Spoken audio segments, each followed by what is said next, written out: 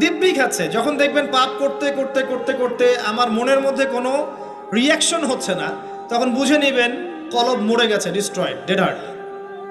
হ্যাঁ, একজন মুমিনের পরিচয় হচ্ছে ছোট ছোট পাপ তার কাছে পাহাড়ের মতো মনে হবে, আর একজন ফাসিকের পরিচয় হচ্ছে বড় বড় পাপ তার কাছে মাছির মতো মনে হয়, তাড়ালেই চলে যাবে।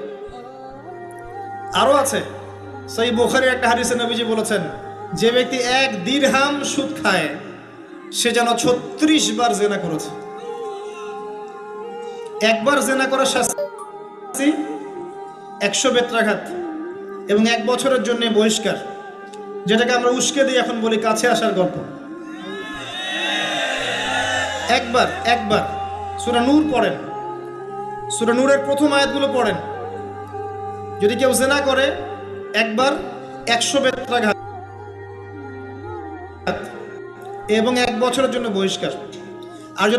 আর যদি কোনো বিবাহিত ব্যক্তি করে তার শাস্তি হচ্ছে রজম, পাথর নিক্ষেপ করে হত্যা করা। আর 1 দিরহাম সুদ খেলে আপনি 36টা মেয়েকে রেপ করছেন। এবার চিন্তা করেন,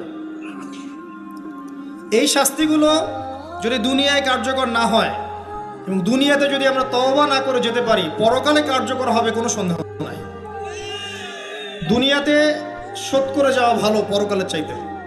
অতএব আল্লাহর ওয়াস্তে আমি হাত জোর করে রিকোয়েস্ট করছি, আল্লাহর ওয়াস্তে সুদ ছেড়ে দেন। ভ্যান চালায় খান, সবজি বিক্রি করে খান, একটা ছোট কাপড়ের ব্যবসা করে খান, একটা মাছের আড়ত করে খান, গবাদি পশু প্রতিপালন করে খান, কৃষিকাজ করে খান, আল্লাহর ওয়াস্তে সুদে যায় না। আপনার পুরো দুনিয়া এবং আখিরাত বরবাদ হয়ে যাবে এবং আপনি এর মধ্য দিয়ে আল্লাহর সাথে যুদ্ধ করছেন, নবীর সাথে যুদ্ধ করছেন। এর উপরেও আছে পেপার মানির মধ্যে সুদ। ওই যে বললো 1 দিরহাম, এই দিরহাম আবার কি জিনিস? দিরহাম মানে রৌপ্য মুদ্রা। দিনার এটা কি জিনিস? স্বর্ণ মুদ্রা, ইসলামিক মুদ্রা। সেই যে চলে গেছে ব্রিটিশরা আসার আগে, এখন আর দেখা যায় না। একটা গোল্ড কয়েন যার মূল্যটাকে ইকোনমিক্সের ভাষায় বলে ইন্ট্রিনসিক ভ্যালু। এই ভ্যালুটা এই স্বর্ণ মুদ্রার ভিতরেই থাকে। একটা পেপার মানির ভ্যালু, ইন্ট্রিনসিক ভ্যালু এর ভিতরে থাকে না, এর বাইরে থাকে, যেটাকে আপনি নিয়ন্ত্রণ করতে পারবেন, কমাতে পারবেন, বাড়াতে পারবেন। আর এর সাথে যখন পেট্রোডলার অ্যাড হয়েছে তখন তো মাশাআল্লাহ জুলুম আরও উপরে উঠে গেছে। আর যারা পেট্রোডলার সিস্টেম চালু করেছে, এইসব ভোগবিলাসী আরবদেরকে আমরা বলি এরা হচ্ছে আমিরুল মুমিনিন, নাউজুবিল্লাহ, সুবহানাল্লাহ। কত অন্ধ হলে মানুষ এদেরকে আমিরুল মুমিনিন মনে করতে পারে, যারা মুসলিমদের প্রপার্টি সব আমেরিকার হাতে তুলে দিয়েছে, আর সেই প্রপার্টি দিয়ে এরা বম্বিং করে করে সারা বিশ্বের মধ্যে মুসলিম হত্যা করছে। আল্লাহ পাক সেই যে বলেছেন সূরা মাইদার মধ্যে 51 নম্বর আয়াতে, ইয়া আইয়ুহাল্লাযীনা আমানু, হে মুমিনগণ, লা তাত্তাখিযুল ইয়াহুদা ওয়ান নাসারা আউলিয়া, হে মুমিনগণ তোমরা ইহুদি এবং খ্রিস্টানদেরকে বন্ধুরূপে গ্রহণ করো না।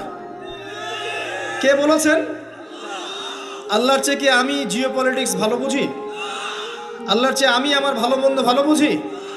কাদেরকে? বা'দুহুম আউলিয়া ও বা'দ, যারা একে অপরের বন্ধু, ওয়া মান ইয়াতাওয়াল্লাহুম মিনকুম ফাইন্নাহু মিনহুম, তোমাদের মধ্যে কেউ যদি ওদের দিকে মুখ ফিরায় সে তাদের অন্তর্ভুক্ত, এই উম্মার কেউ না তারা। সে যেই হোক, বিশ্বের এইসব নামধারী মুসলিম কান্ট্রিদের চাইতে বাংলাদেশের পররাষ্ট্রনীতি অনেক ভালো আছে, 1000 গুণে ভালো আছে। কি মনে করেন আপনি? এসব ফাসেকা জালেমদেরকে আপনি আমিরুল মুমিনিন মনে করছেন? আল্লাহ পাক বোঝার তৌফিক দান করুন। আসেন, বিবার কথা বলতে গিয়ে কথাটা আসছি, ইন্ট্রিনসিক ভ্যালু বলে একটা বিষয় আছে। এত ডিটেলস বিষয় মাহফিলে বলা সম্ভব না। এতটুকু বলবো যে ইনশাআল্লাহ তাআলা আপনি যদি আপনার সম্পদকে সাস্টেইনেবল অ্যাসেটে রূপান্তরিত করেন, আগামী দিনগুলোতে আপনি ইনশাআল্লাহ জিতবেন, আদারওয়াইজ হেরে যাবেন। ফর এক্সাম্পল, আপনি যদি আপনার সম্পদকে জমিতে কনভার্ট করেন, গবাদি পশুর প্রজেক্ট করেন, আপনি যদি মাছের প্রজেক্ট করেন, ব্যবসা ইনভেস্ট করেন, বা কিছু গোল্ড রাখেন, কিছু সিলভার, কিছু আপনার রূপা রাখেন, ইত্যাদি ইত্যাদি, পরবর্তী সময়গুলোতে গিয়ে আপনার সম্পদের মান কমে যাবে না, ইনশাআল্লাহ বাড়বে। এটা আপনি সমস্ত সম্পদ যদি পেপার মানির মধ্যে রেখে দেন, আস্তে আস্তে আপনার সম্পদের মান কমবে। সামনে 10, 15, 20, 30 বছর পর আপনি সম্পদ হারাবেন। এর চেয়ে বেশি কিছু আমি বলতে পারবো না, বাকিটা আপনারা পড়াশোনা করে বুঝে নেবেন। যেটা বলতে চাচ্ছি, ইকোনমিক সেকশনে আমরা সবাই মোটামুটি হারামের সাথে সম্পৃক্ত। এর পাশাপাশি আছে আবার ঘুষ, আছে না? না দিলে চাকরি হয় না, সুবহানাল্লাহ। আবার অনেক আলেম ফতোয়া দিচ্ছে এখন, তুমি যদি যোগ্য হয়ে থাকো কিন্তু তোমাকে জব দিচ্ছে না, তাহলে তোমার জন্য ঘুষ দেওয়া জায়েজ। সুবহানাল্লাহ, কত ঘুরিয়ে ফিরিয়ে জায়েজ করছি আমরা, আল্লাহ ভালো জানেন। যে নিবে আর যে দিবে সমান অপরাধী দুজন। একজন ব্যক্তি মাদক দ্রব্য সেবন করে, আরেকজন ব্যক্তি মাদক উৎপাদন করে, কেউ সেল করে, কেউ ডিস্ট্রিবিউট করে, সবাই অপরাধী না? এরপরে আবার আছে দেখবেন অন্যের সম্পদ আত্মসাৎ করা, দুর্নীতি করছি, অন্যের সম্পদ আত্মসাৎ করছি। অনেক সময় দিনের লেবাজেই, ধার্মিকতার লেবাজেই মানুষের সম্পদ লুটে পুটে খাচ্ছে। কত মাজার আছে যায় দেখেন, মানুষের সম্পদ কিভাবে লুটে খাচ্ছে আল্লাহ ভালো জানে। ওখানে যত মোমবাতি জমা পড়ে, এগুলো বিক্রি করলে এমন একটা পদ্মা সেতু হবে, আল্লাহ ভালো জানে। বেশি বলে ফেলাইছে মনে হয়। যাই হোক, এমন অনেক জায়গা আছে, গরু ছাগল দিচ্ছে, মাশাআল্লাহ মানতের টাকা দিচ্ছে। এই যে কয়দিন আগে দেখলাম একটা চ্যানেলেই দেখলাম, দান বাক্স খুলেছে, কোটি কোটি টাকা বের হচ্ছে এখন থেকে। জি, আমি মনে করতে পারছি না, বাট আমি দেখেছিলাম। তো না, ঠিক আছে, মসজিদে টাকা দিতে পারে মানুষ, সমস্যা নাই। আমি বলছি এমন জায়গা যেখানে আল্লাহর সাথে শিরক হচ্ছে। বিষয়টা হচ্ছে, আমরা ধর্মের লেবাজে অনেক সময় মানুষের সম্পদ লুটে পড়ে খাচ্ছি না? অনেক মুসলিম আছে যারা বোনের সম্পত্তির অধিকার দেয় নাই। আল্লাহর রাস্তায় সময় দিয়ে আসে, চিল্লা দিয়ে আসে, বলছে যে আমার বোন তো আমাকে সম্পত্তি দান করে দিয়েছে, মাশাআল্লাহ। তাহলে কেমনে দান করছে ভাই? তো বলে আমি ওকে বলছি তুই যদি আমাকে দিস তো সওয়াব হবে। তো দিয়ে দিচ্ছে, মাশাআল্লাহ। তা বললাম যে আপনি মরার আগে ওটা তাকে সওয়াবের আশা দিয়ে দিয়েন, এই অবস্থায় মরেন না। আমরা অনেক সময় ধর্মের লেবাজেও মানুষের সম্পদ আত্মসাৎ করি, কোনো সন্দেহ নাই। আল্লাহ পাক আমাদেরকেও হেফাজত করুন, আমিন। এক কথায় বলতে চাই প্রিয় ভাইয়েরা, পরিবারের মধ্যে হারাম রিজিককে ঢুকতে দিয়েন না। হারাম রিজিক ঢুকলে পরে আপনার ইবাদত কবুল হবে না। আপনি ছোটোখাটো কিছু করেন, হালাল রিজিক খান, অল্পতে আল্লাহ পাক সন্তুষ্ট হয়ে যাবেন ইনশাআল্লাহ তাআলা। আল্লাহ পাক তো বেশি কিছু চান না আমাদের কাছে। আল্লাহ পাক কি চান? আমরা তাকে ভালোবাসি, আমরা তার জন্য আমাদের ইবাদতগুলো ঢেলে দেই, তার সাথে শিরক না করি, তার নবীর সুন্নাহ মতো চলি, একটু হালাল খাই, একটু পর্দা করি, বাচ্চা কাচ্চাদেরকে ইসলামী আদর্শে বড় করি, পরিবারের আদর্শটা একটু ঠিক করি। এত বেশি কিছু কি আল্লাহ পাক চান আমাদের কাছে? আল্লাহ পাক কি আমাদের কলার ধরে জিজ্ঞাসা করবেন দুনিয়াতে ইসলামী খেলাফত কায়েম করে আসো নাই কেন? বলবেন না, এটা বলবেন না আল্লাহ পাক আমাদেরকে। কিন্তু যাকে আল্লাহ পাক ওই ক্ষমতা দিয়েছেন তাকে বলবেন তোমাকে ক্ষমতা দিয়েছিলাম, তুমি কেন করো নাই? কথা বুঝতে পারছেন? সবার জন্য সব কিছু না, আমরা সাধারণ মানুষ, সাধারণ মানুষের জন্য সাধারণ কাজগুলো যথেষ্ট। একটু পড়াশোনা করেন, আল্লাহ পাক তৌফিক দান করুন, একটু আমল করেন, একটু পর্দা করেন, একটু হালাল খান, তাওহীদে থাকেন, সুন্নতে থাকেন, নবীর মতো লাইফ কাটান, 5 ওয়াক্ত নামাজ পড়েন, সামর্থ্য হলে যাকাত দেন, রমজান মাসে রোজা রাখেন, সামর্থ্য হলে হজ করেন, ইনশাল্লাহ আপনি জান্নাতি। একটা হাদিস আমি পড়েছি ফয়জুল কালাম বইয়ের মধ্যে, মাদ্রাসায় পড়ানো হয়, ক্লাসিক্যাল একটা বই, সবাই কিনতে পারেন। ফয়জুল কালাম অত্যন্ত চমৎকার হাদিসের একটা বই। এর মধ্যে একটা হাদিস আছে যেটা পড়ে শান্তি লাগে, মনে হয় যে না আশা আছে পরকালে বাঁচার। সেটা হচ্ছে নবী সাল্লাল্লাহু আলাইহি ওয়াসাল্লাম সাহাবীদেরকে বলছেন যে তোমরা সাহাবীরা এমন একটা যুগে বাস করছো যেই যুগে ইসলামের 10% কেউ যদি ছেড়ে দেয় সে ধ্বংস হয়ে যাবে। কথা বুঝতে পারছেন? সাহাবীদেরকে নবীজি বলছেন তোমরা এমন একটা যুগে বাস করছো যেই যুগে যদি ইসলামের 10%, 1/10 কেউ ছেড়ে দেয় সে ধ্বংস হয়ে যাবে। কিন্তু তোমাদের পরে এমন একটা যুগ আসবে যেই যুগে মানুষরা যদি ইসলামের 10% ধরে রাখতে পারে সফল হয়ে যাবে। এটা সেই যুগ না? আপনার এই যুগে প্রতিটা সেক্টরেই ফিতনা। আপনার ধর্মে দেখবেন তাওহীদের মধ্যে শিরক, সুন্নতের মধ্যে বেদাত, আলেমদের মধ্যে বিভক্তি, কাদা ছোড়াছড়ি, গালাগালি, হিংসা বিদ্বেষ, পরশ্রী কাতরতা, কত কি দেখতে পাচ্ছেন। আপনি ধর্মের মধ্যে শিরক দেখছেন, বেদাত দেখছেন, অর্থনীতিতে হারাম দেখছেন, পরিবারের মধ্যে বস্তুবাদিতা দেখছেন, কি দেখছেন না? সমাজের মধ্যে জেনা দেখছেন, পর্নোগ্রাফি দেখছেন, ফ্রি মিক্সিং দেখছেন, ফ্যামিনিস্ট রেভলিউশন দেখছেন, নগ্নতা দেখছেন, কি দেখছেন না? অর্থনৈতিক জীবনে আপনি এগুলো দেখছেন, বৈশ্বিক জীবনে আপনি মারামারি, কাটাকাটি, রাহাজানি দেখছেন, হত্যা, রক্তপাত দেখছেন। কোন যুগে বসে আছেন আপনি? এই যুগে আপনি 10% আমল করেন, জান্নাতি হয়ে যাবেন ইনশাআল্লাহ। আল্লাহ পাক তৌফিক দান করুন, কবুল করুন। একটা বিষয় হচ্ছে আমল করা, একটা বিষয় হচ্ছে আকীদা পোষণ করা। আমি যদি আকীদা পোষণ করি যে ইসলামের মধ্যে, কোরআন এবং সুন্নাহর মধ্যে প্রতিটা বিষয়ের সমাধান আছে, এটা যদি আপনি বিশ্বাস করেন, এরপরে অল্প আমল করেন, কোনো সমস্যা নেই ইনশাআল্লাহ। কারণ আপনার আকীদা ঠিক আছে। আপনি আমল করতে পারেন নাই, কিন্তু আকীদা ঠিক ছিল।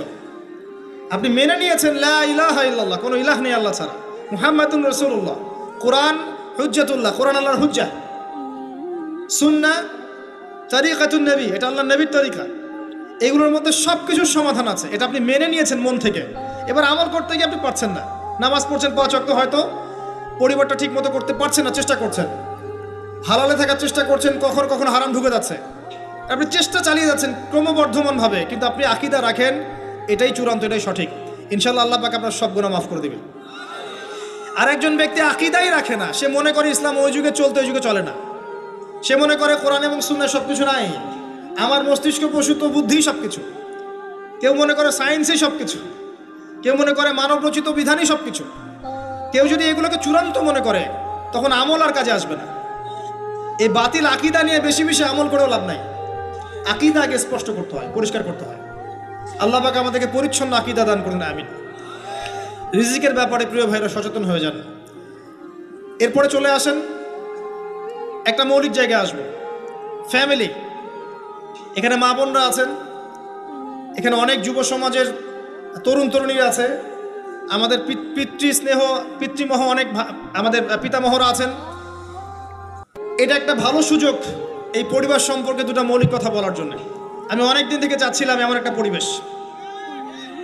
লিসেন ভাই, আল্লাহ পাক একটা আয়াতে বলেছেন, সূরা তাহরিম আয়াত নাম্বার 6, ইয়া আইয়ুহাল্লাযীনা আমানু, হে মুমিনগণ, কু আনফুসাকুম, নিজে জাহান্নামের আগুন থেকে বাঁচো, ওয়া আহলিকুম নারা, তোমার পরিবার বর্গকে বাঁচাও, আলাইহা মালাইকাতুন গিলাজুন শিদাদ, যেই জাহান্নামে কঠোর মনের ফেরেশতা আছেন, লা ইয়াসুনাল্লাহা মা আমারহুম ওয়া ইয়াফআলুনা মা ইউমারুন, আল্লাহ পাক তাদেরকে যে আদেশ করেন সে আদেশ পালনে তারা বিন্দুমাত্র ভূক্ষেপ করে না, মানে বিন্দুমাত্র গাফেলতি করে না। আল্লাহ পাক ভয় দেখাচ্ছেন জাহান্নামে এমন ফেরেশতা আছেন, আল্লাহ যা আদেশ করবেন তাই করবে। এই জাহান্নাম থেকে নিজে বাঁচো, পরিবার বর্গকে বাঁচাও। নিজে বাঁচবো কিভাবে? আমি বলে দিয়েছি কিভাবে। আপনি জ্ঞান অর্জন করবেন, আমল করবেন, হালাল খাবেন, তাওহীদে থাকবেন, সুন্নতে থাকবেন, ইনশাআল্লাহ বেঁচে যাবেন। পরিবার বর্গকে বাঁচাবেন কিভাবে? আসেন শুরু করি, শুরু থেকে। শুরুটা হবে আপনার বিয়ে দিয়ে।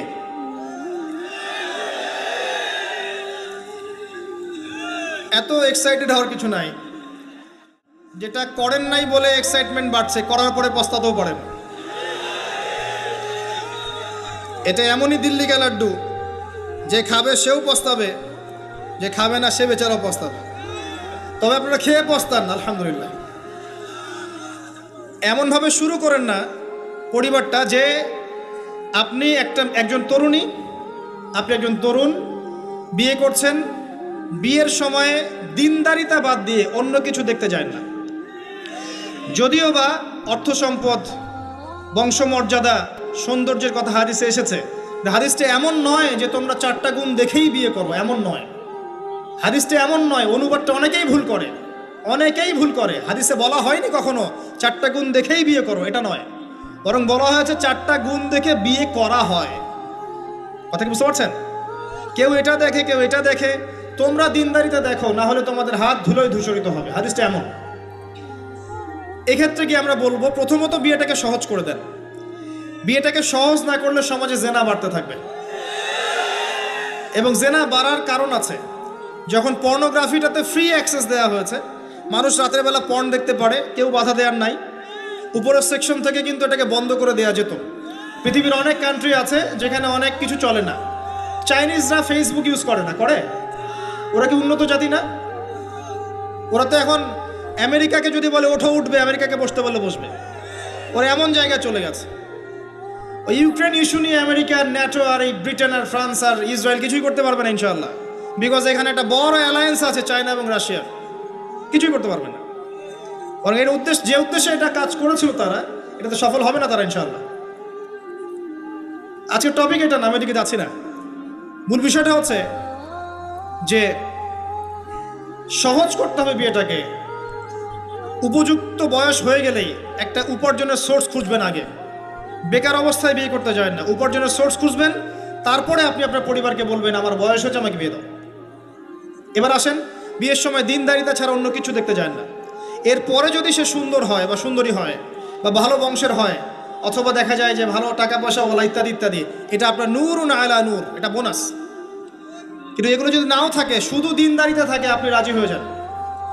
পরিবারের কর্তাদেরকেও বলবো যে মেয়ে বিয়ে দেওয়ার সময় ছেলের টাকা পয়সা দেখতে যায় না, ছেলের স্ট্যাটাস দেখতে যায় না বেশি বেশি। পরে দেখবেন এই মেয়ে ওর ঘরে গিয়ে পস্তাচ্ছে। আর ছেলের পিতাদেরকেও বলবো, ছেলেকে যখন বিয়ে দিবেন, একটা মেয়েকে কিনে নিব আর সাথে কিছু যৌতুকের টাকাও নিব, এই টেন্ডেন্সি নিয়ে বিয়ে করতে যায় না। ওই বিয়েতে বারাকা বেশি, যেখানে খরচ কম, যেখানে বেশি হট্টগোল নাই। চট্টগ্রাম অঞ্চলের বিয়ের মতো না, একটা বিয়েতে মনে হয় 40-50 লাখ টাকা খরচ করে ফেলায়। গেটেই সাজাবে বলে 4-5 লাখ টাকা খরচ করে। সুবহানাল্লাহ। এই 5 লাখ টাকা দিয়ে, এই 5 লাখ টাকা দিয়ে আর মনে হয় 10টা-20টা পরিবারকে বিয়ে দেওয়া যাবে। হ্যাঁ, লোহার আংটি দিয়ে বিয়ে করেছে সাহাবী। লোহার আংটিও নাই তোমার বাসায়? বলছে না ইয়া রাসূলুল্লাহ, লোহার আংটিও তো নাই আমার বাসায়। তাহলে কি করবা? কোরআনের কয়টা সূরা জানো? কে এই সূরাগুলো জানি, এগুলো শিখিয়ে দিও, যাও, মোহর হয়ে গেছে। কত সহজ বিয়ে, কত সহজ। আর এখন যেটা হয়, মেয়ে খুঁজবে দিনদার বিল গেটস আর ছেলে খুঁজবে দিনদার ক্যাটরিনা। কথা বুঝতে পারছেন? প্রিয় ভাইয়েরা, দিনদারি থেকে প্রাধান্য দেন, আর কিচ্ছু না। আপনি সফল হবেন ইনশাআল্লাহ, শান্তি পাবেন। এবং বিয়ের পরে আল্লাহর পক্ষ থেকে একটা ভালোবাসা আসবে। যদি আপনি দেখেন যে আপনার স্ত্রী খাদিজা রাদিয়াল্লাহু আনহার মতো, আয়েশা রাদিয়াল্লাহু আনহার মতো, হাজেরা আলাইহিস সালামের মতো সবর করেনেওয়ালা, যে আপনাকে দিনের পথে এগোতে সাহায্য করে, তাহলে আর অন্যদিকে চোখ দেওয়ার দরকার নাই, রাজি হয়ে যান। এরপর আপনার পরিবার শুরু। এখানে উভয়ের মাঝে হৃদ্যতা, ভালোবাসা থাকতে হবে। তবে আরেকটা কথা বলে রাখি, সবাই মনোযোগ দিয়ে কথাটা শোনেন। একটা পরিবারের ভিত্তি শুধু ভালোবাসা দিয়ে টিকে থাকে না, একটা পরিবারের ভিত্তি টিকে থাকে আপোষের বিশ্বাসের উপরে। একে অপরকে বিশ্বাস করতে শিখতে হবে, একে অপরকে শ্রদ্ধা করতে হবে, একে অপরের সম্মান দিতে জানতে হবে। আপনাকে আপনার স্ত্রীকে আপন মনে করতে হবে, আপনাকে আপনার স্বামীকে আপন মনে করতে হবে। বাইরের মানুষ আপন নয়, এরা আপন আপনার। একজন একজন লেবাস, পোশাক। এরপরে আপনি মোহর শোধ করেন, আপনি সন্তান সন্ততি নেন, সন্তান সন্ততিদেরকে আল্লাহর এবং তার রাসূলের আদর্শে বড় করে তোলেন। পরিবারের মধ্যে তালিম চালু করেন, তালিম। পরিবারের মধ্যে তাওহীদ রাখেন, সুন্নত রাখেন, একসাথে খেতে বসেন। স্ত্রীকে হাদিয়া দেন, স্ত্রীকে গিফট দেন, তাকে মাঝে মাঝে ঘুরতে নিয়ে যান, তাকে নিয়ে রিফ্রেশমেন্টে যান, তাকে সময় দেন, তাকে টাইম দেন, তাকে সময় দেন। নবী সাল্লাল্লাহু আলাইহি ওয়াসাল্লাম আয়েশা রাদিয়াল্লাহু আনহার কোলে মাথা রেখে কোরআন তেলাওয়াত করতেন। তার সাথে চাঁদনি রাতে দৌড়েছেন এবং চাঁদ দেখেছেন, সফর করেছেন, রাতের বেলা হেঁটেছেন, সময় দিয়েছেন, খালি পায়ে হেঁটেছেন। সময় দেন। এখন এমন একটা অবস্থা যে পুরুষদেরকে মনে করা হয় যে তারা হচ্ছে মানি মেকিং মেশিন, তারা খালি টাকা পয়সা মেক করবে, আর স্ত্রীরা হচ্ছে চুলা ঠেলবে সারাদিন। আমরা এমন মনে করে নিই আর কি। আবার এই যে ফ্যামিনিস্ট রেভলিউশন যখন থেকে আসছে, ফ্যামিনিস্ট রেভলিউশন কি জিনিস? দাজ্জালের ফলোয়ার্স আর কি, যে মেয়েদেরকে আপনি ঘরে রাখতে পারবেন না। তো তারা যখন থেকে এসেছে, ইমার্জ করেছে, তখন থেকে তার একটা কনসেপ্ট দিয়েছে যে পুরুষ আর নারী একে অপরের প্রতিদ্বন্দ্বী। দেখবেন প্রতিদ্বন্দ্বিতামূলক কথাবার্তা বলে। স্বামীর মুখের উপর তর্ক করতে যাবেন না। স্বামীকে বাইরের অনেকগুলো বিষয় ফেস করতে হয়। একজন স্বামী মনে করেন প্রশাসনে চাকরি করে, তাকে তার ডিউটি ফেস করতে হয়, তার বসকে মেনটেন করতে হয়, তার এগুলো সামলাতে হয়, তাকে বাজারঘাট করতে হয়, সারাদিন পরিশ্রম করে সে বাসায় ঢোকে, ঢোকার পরে আপনি মুখটা গোমরা করে বসে থাকেন, স্বামী আহলান সাহলান করেন না, তাকে একটু আদর করেন না, মহব্বত করেন না, তো অটোমেটিকলি তো আপনার দিক থেকে তার মনটা চলে যাবে অন্যদিকে, স্বাভাবিক। আপনি আপনার স্বামীর জন্য সাজেন না, বাইরে মানুষের জন্য সেজে গুজে আপনি মার্কেটে যান। প্রবলেম সেগুলা। এরা মনে করে স্বামী স্ত্রী একে অপরের প্রতিদ্বন্দ্বী, অথচ এরা একে অপরের পরিপূরক, একে অপরের পরিপূরক। উভয় হৃদ্যতা ভালোবাসায় পরিবার গড়ে ওঠে।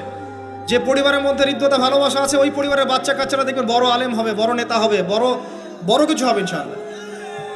যেখানে এগুলো নাই, ওই সন্তানরা বড় হয় হতাশার মধ্যে, কাজের বুয়ার কাছে, ডে কেয়ার সেন্টারে। এরা তো বড় হয়ে জঙ্গি হবে, সন্ত্রাসী হবে, স্বাভাবিক। ভালো প্যারেন্টিং দিতে পারে নাই। এরকম না বিষয়টা।